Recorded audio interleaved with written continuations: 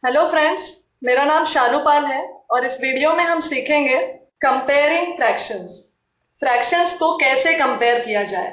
हमें कई बार एग्जाम्स में पूछा जाता है कि कंपेयर द फ्रैक्शंस और आगे हमें फ्रैक्शंस दिए होते हैं। तो यहाँ पे मैं आपको एक कॉमन वे बता रही हूँ जैसे आप कोई भी फ्रैक्शंस को कंपेयर कर सकते हैं। Okay, so let a by b and c by d are any two fractions. Then अगर हमें a by b greater than c by d ऐसा हमें फाइंड आउट करना है कि ये वाला फ्रैक्शन इस फ्रैक्शन से बड़ा है, जैसे कि यहाँ पे देखिए a by b is greater than c by d।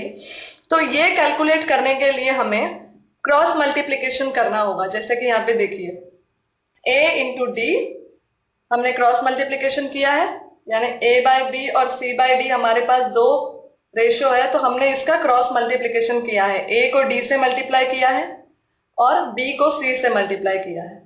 Okay, और हमें मिला, इसको हम ये मल्टीप्लिकेशन अगर हम नहीं भी लिखते हैं तो we can directly write as AD। AD का मतलब ही होता है A इंटू डी, और BC भी हम लिख सकते हैं। BC का भी मतलब होता है B इंटू सी। तो अगर AD की वैल्यू BC से बड़ी है तो A by B भी greater than C by D होता है। ओके, ये कंडीशन आप ध्यान में रखिएगा। ये कंडीशन है फाइंड आउट करने के लिए कि कौन सा फ्रैक्शन दूसरे फ्रैक्शन से बड़ा है। तो यहाँ पे हमने क्रॉस मल्टीप्लिकेशन के थ्रू फाइंड आउट किया that A by B is greater than C by D। Next में अगर same A by B less than C by D find out करना है, so again we will do this cross multiplication. यहाँ पे देखिए A into D, B into C find out किया, जो भी वैल्यू आया वो लेस हुआ, तो ये भी लेस होता है। ओके, हम आगे कुछ एग्जाम्पल्स भी देखेंगे। अगर इक्वल भी हमें फाइंड आउट करना है तो भी हम क्रॉस मल्टीप्लिकेशन ही करेंगे। A into D, B into C, दोनों के वैल्यूज अगर इक्वल आते हैं so we can say that this ratio is equal.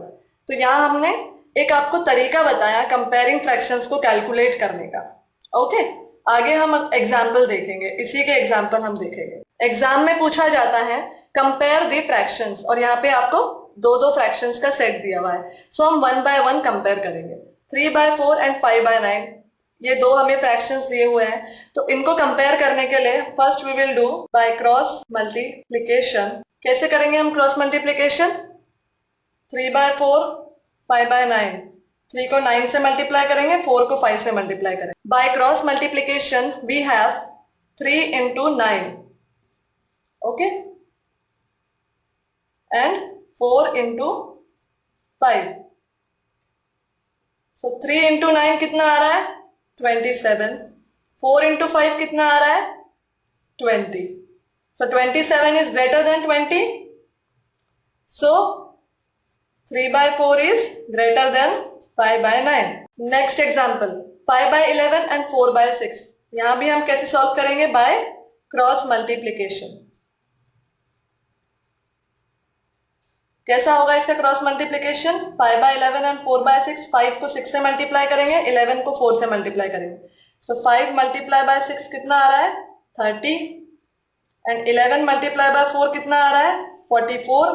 So 30 is smaller than 44. So therefore 5 by 11 will be smaller than 4 by 6. Okay? So यहाँ हमने solve किया bye cross multiplication से। हमने कंपेयर करने के लिए हमने यहाँ दोनों न्यूमेरिकल्स में क्रॉस मल्टीप्लिकेशन से उनके वैल्यूज निकाले, और जिसकी वैल्यू बड़ी आई वही रेशियो हमने बड़ा लिया, और जिसकी वैल्यू छोटी आई उसे हमने छोटा बताया। तो इन दो एग्जाम्पल्स के थ्रू आपको समझ में आया होगा कि फ्रैक्शंस को किस तरीके से कंपेयर किया जाता है। Okay, thank you.